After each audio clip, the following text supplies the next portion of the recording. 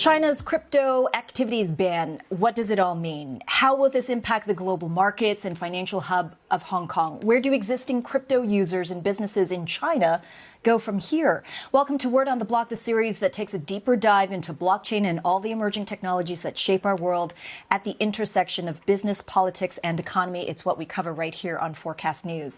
I'm Editor-in-Chief Angie Lau. Okay, so it finally happened.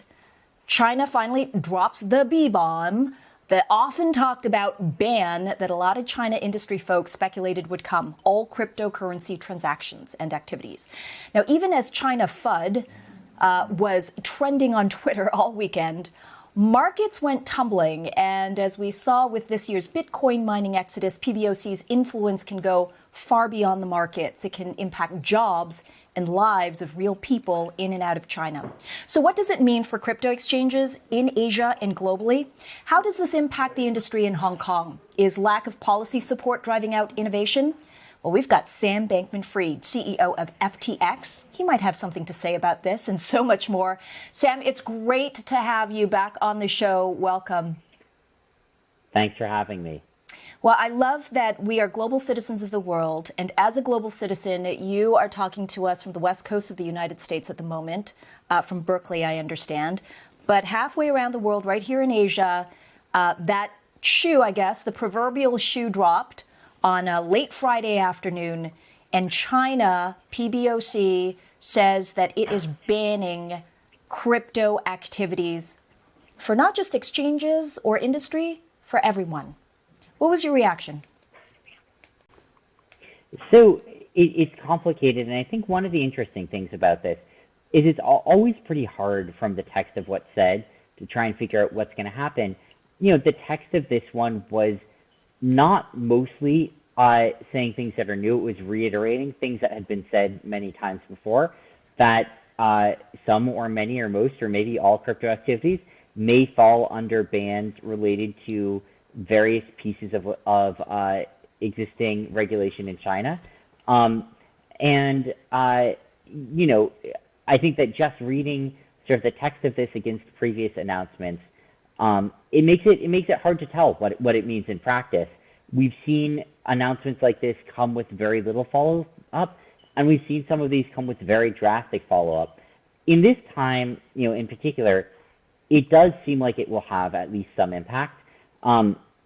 I mean, obviously, you've seen, you know, some significant market movements in response to it, but I think much more importantly, because I don't think the market always knows what's happening here, you've seen some reaction from Chinese exchanges, and that's always the first thing that you want to look at. Whenever there's an announcement from, you know, PBOC or any other Chinese regulatory body, the first thing you want to do is you look at Huobi, you look at OKEX, sometimes not, you look at Binance, and you see, are there changes? And there are some changes this time, yeah. Which are actually somewhat material. You know, I know Huobi at least has announced that they are cutting off new registrations from Chinese users. And that's a pretty significant step. It is pretty significant, and you know, it's totally true, Sam. I mean, I think you and I have been in Asia for long enough to kind of be able to navigate and read the tea leaves, as it were.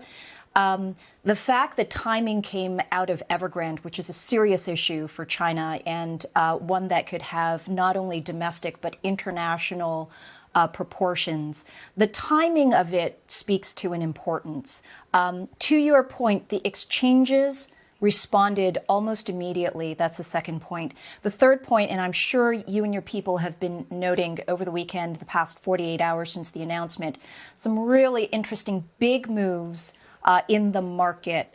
There have been some market movements of some pretty big amounts flowing out of China or flowing within China out of exchanges. The question is, what are you seeing and where is this money going? Yeah, so we're definitely seeing some money moving. I think a lot of this is, you know, Chinese users looking to offboard from exchanges that they think will no longer accept them. That's probably the single biggest piece of this, combined with a bit of a crypto sell-off when the news hit, you know, which I think originally just hit crypto overall. But if you look at the last day's token movement, I think you can see something much more telling than frankly what you saw in the first 24 hours or so after the announcement. You just saw everything was down, and it's hard to know what that means. Other than the world thinks maybe this is bad. But if you look, for instance, in the last 24 hours, what you'll notice is, just to read off some numbers here, Bitcoin and Ethereum have recovered somewhat. Bitcoin's up 4.5%, Ethereum's up close to 10%. Some DeFi and DEX-related tokens are up a lot. So DYDX is up 62% in the last day. Sushi's up 27%. Uni's up 37%. Huobi token is down 13%. And so what you're seeing here, I think, is the market reacting to, first of all, an expectation that Huobi and, to a lesser extent, OKEX, I think they haven't yet announced what their response is going to be, if any, to this, are going to be hit pretty hard from this, that they may lose a lot of their Chinese user base, combined with an expectation that might flow to other exchanges or to decentralized exchanges. I don't know if this is true, but that's certainly what the market is implying. Well, if we're just going to do that kind of analytical, critical thought process, if you're a Chinese user and you're not going to be able to do any crypto activities on monitored exchanges because they still do business in China, why wouldn't you go to decentralized exchange? Why wouldn't you go to a DEX? Which speaks to all those DeFi coins and altcoins that are soaring right now.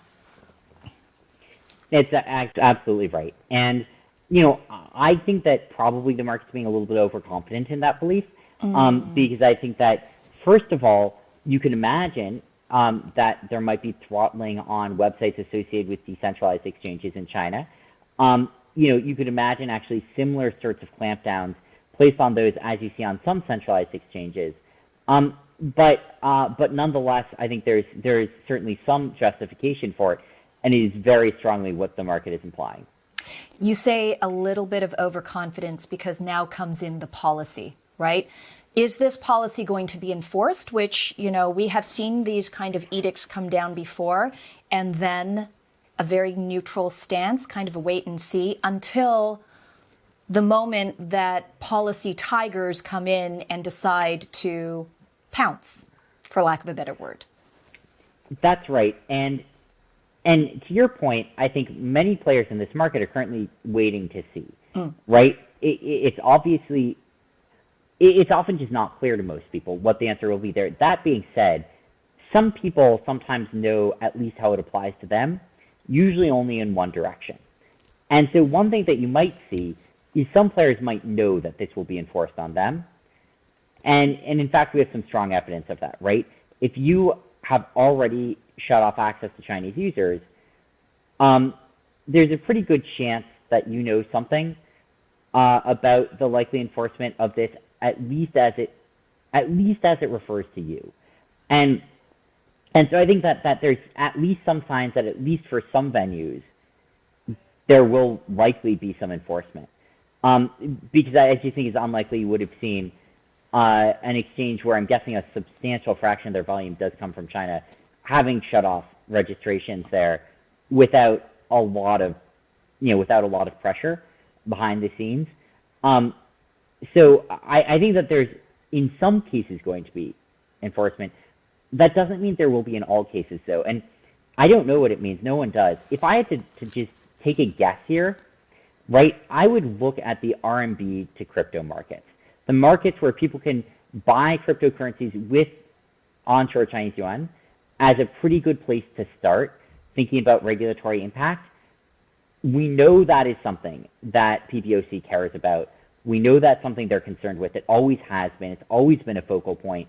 There's been a ban of centralized exchanges, but there was basically an allowance of peer-to-peer RMB to cryptocurrency trading in some specific instances. Whether or not it was enshrined in practice, it was. That is a thing that I would be looking at as canary in the coal mine here, and it's probably like the most likely thing to get cracked down on. And you do see that primarily just on the Chinese exchanges. And that's again, historically, outflows of RMB have been a substantial driver of central bank concerns in China about crypto. Absolutely, which brings back to the timing on the heels of Evergrande. Evergrande debt is a huge issue, concerns about a big property bubble, concerns about local governments as it trickles down. This is an ecosystem under stress. This is a stress test by Evergrande. It is interesting that this crypto edict came down on the heels of that, which really speaks to the concern of capital outflow. To your point, Sam, capital outflow has always been a concern. You cannot flow money out of China more than $50,000. People try it. They get clamped down. There are different avenues. There's loopholes that people are always looking for. Crypto is that one thing. So I think you're absolutely right. I mean, the timing of this speaks to don't move your money in crypto out of China right now, because that is not a policy that supports what's happening in the country right now, trying to get that under control.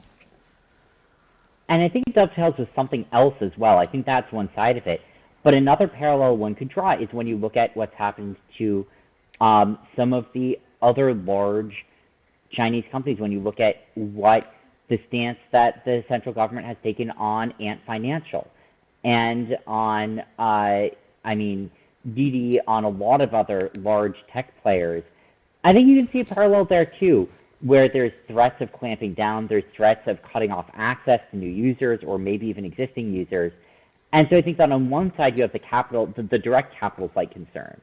But I think on another side, you've also seen just concern about the growing influence of parallel economic systems in China and of technology platforms that might be getting larger than the government feels comfortable with. I think that you see all of those dovetailing together. And to some extent, right, this is just another in a line of clampdowns on generally fintech-affiliated businesses in China. FTX once upon a time, and I think in the past 48, 72 hours, we have learned that you are no longer in Hong Kong, that you are relocating to the Bahamas. Was this kind of policy awareness that you have a master of very clearly, kind of reading what those policy shifts and that parallel system and that concern over control might also extend to Hong Kong and what that means? Why did you move? Why did you move FTX out of Hong Kong? Yeah, so the first thing I'll say is that so we are establishing actually our first sort of real official headquarters in the Bahamas, and that was not a decision that was just sort of made on the fly.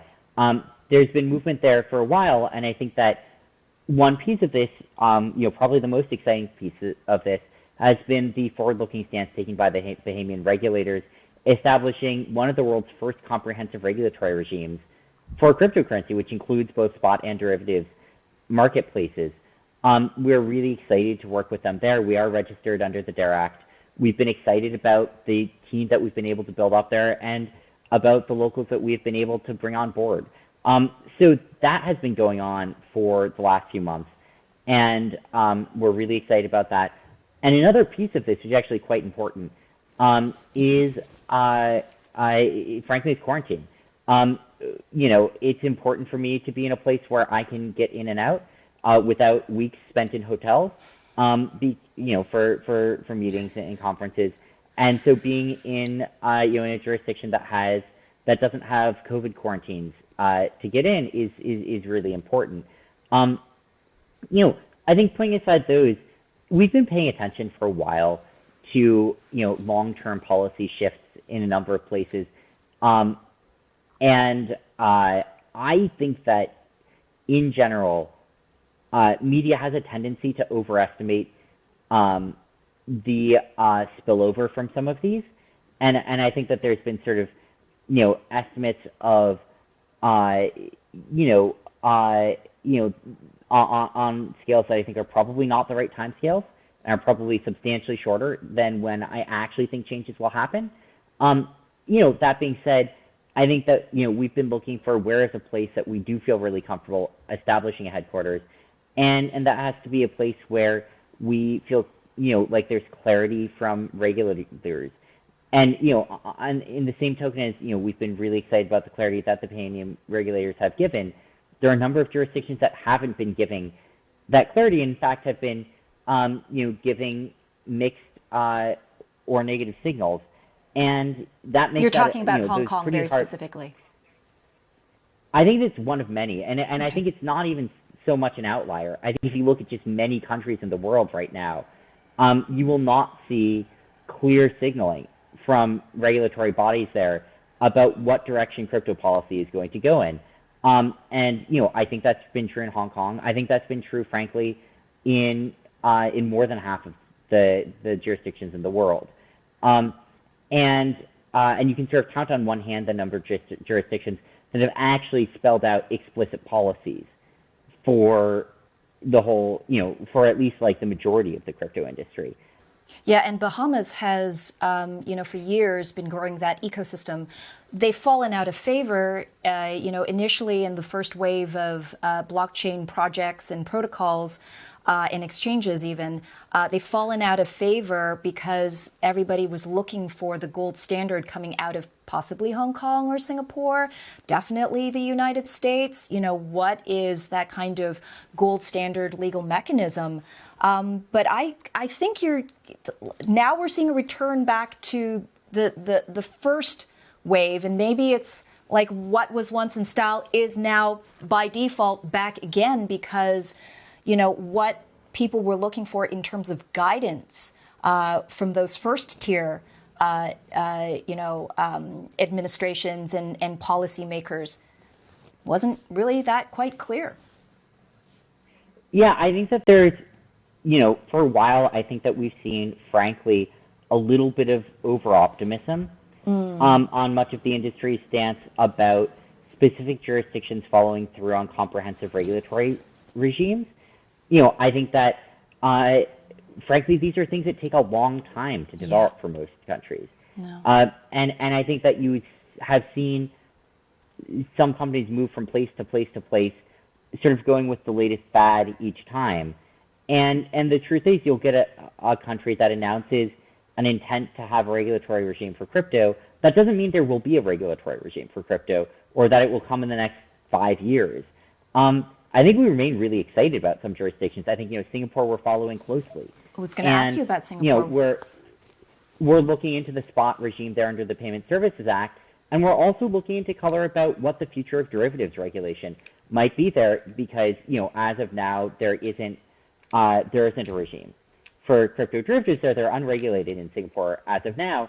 I think we've seen really forward-looking statements from Singaporean regulators, and been really impressed with how MAS has approached this matter. I think that's something that we see as like a potential hub. I think we definitely want to see how everything plays out, and I think we may look to attempt to get licensed there and to establish something there. I think that's something we're absolutely considering. But I also think that we'll see what happens. And I think that's true in just a lot of places where you have some signs of regulatory regimes coming out, but that doesn't mean that they have come out or will come out tomorrow, or that it's clear how they will apply to all products.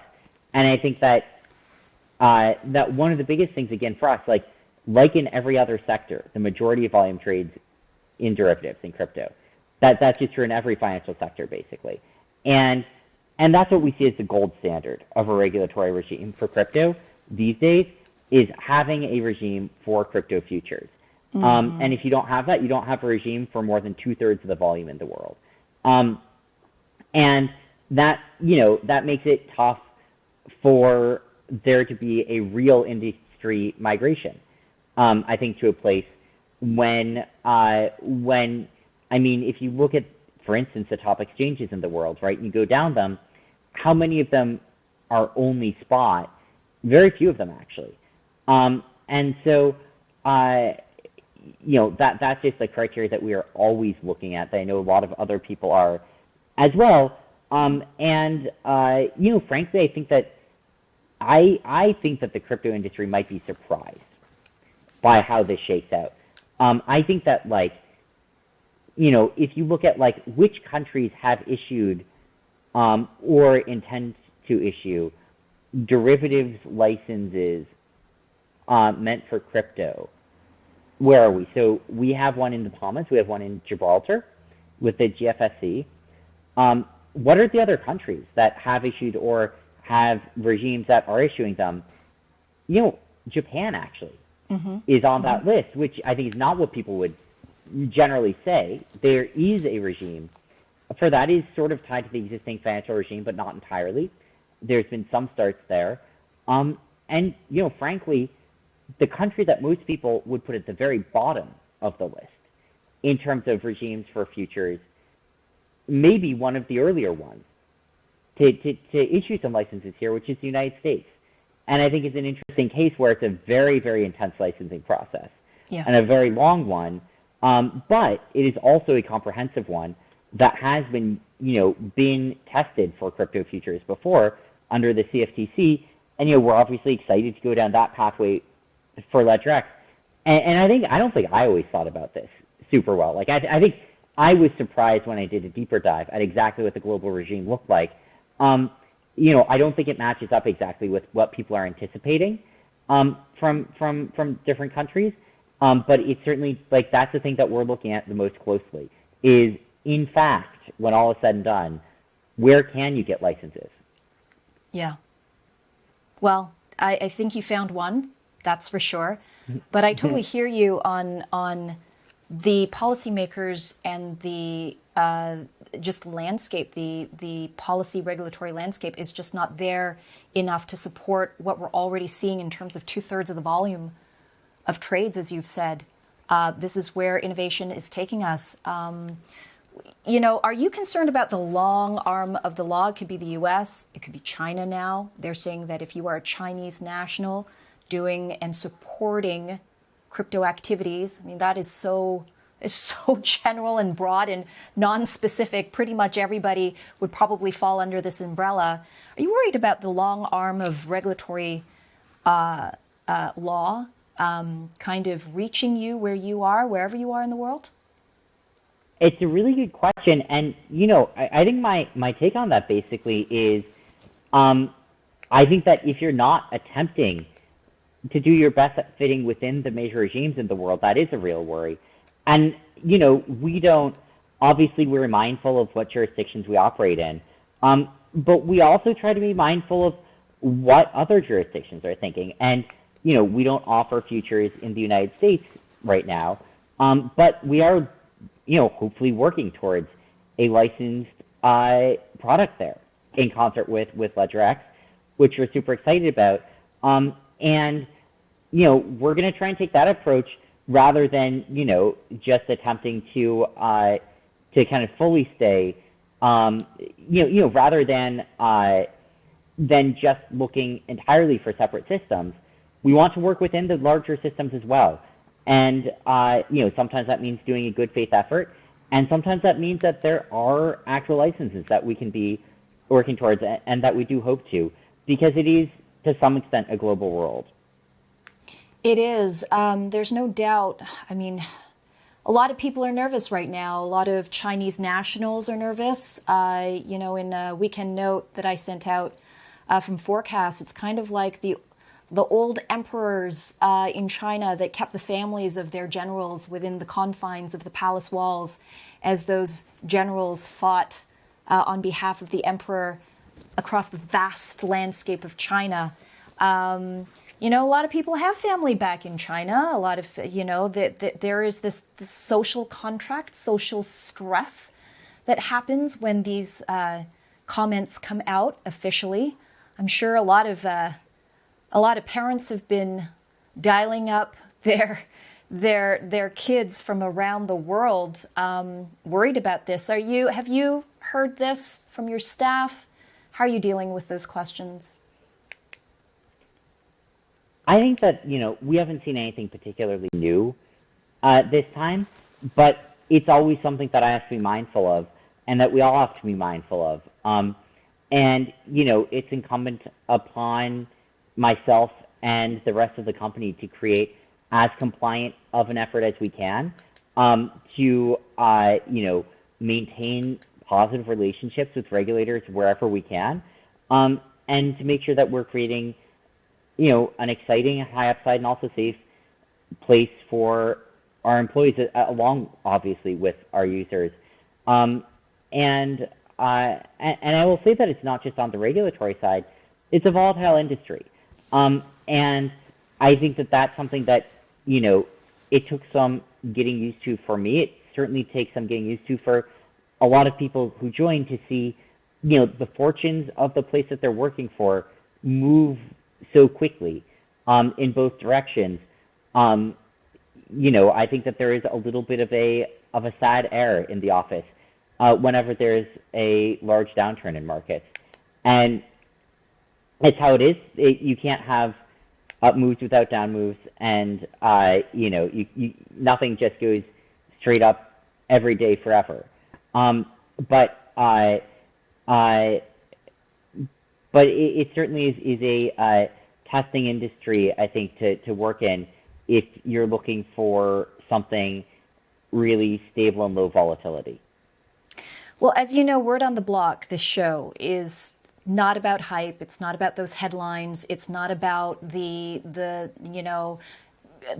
news that grabs. It is about the context. It is about really what the industry should be thinking, and really how to think about it. So in that spirit, Sam, when you take a look at the PBOC announcement in comparison to all of the other things that have driven some of the market moves, what are the thoughtful, smart takeaways, not just for today, but in the next month, 6 months to a year, that we should be thinking about when it comes to policy and PBOC and what China's done? I think it's going to continue to evolve. I think we should just remember this isn't the last time we're going to be talking about a major announcement from PBOC on cryptocurrencies. It's probably not the second to last time. There's going to be many more. A lot of the important context is not necessarily always going to be easy to grok or made super public. It's not going to be immediately obvious. You're going to have to look at what the reactions from industry players are, and what the follow-up is. I don't know what the future of crypto in China is. I don't know if anyone does. And I think it's important to take the updates and to really update your model on them.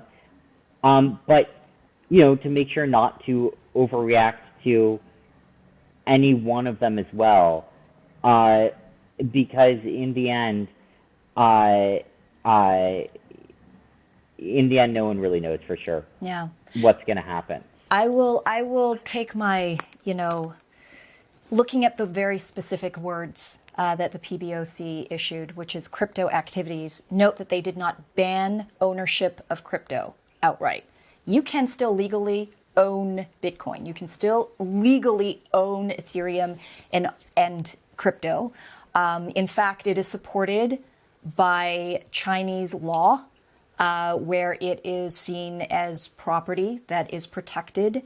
Now, the trading activity is not protected, but actually holding it, if somebody steals it from you, that is a crime in China. That property is protected. So it's interesting that you can still hold on to it. They just don't want you to do anything with it, especially outside of China right now. I think that's right. And I think that really points to a lot of what probably the focus of this is, rather than against the notion of a cryptocurrency, it's against, if I had to guess, some of the transacting that they were seeing with it. I would guess a lot of the interfacing with Chinese yuan would be a lot of what they're looking at, and maybe some other activities as well. But I do think that there's nuance to it.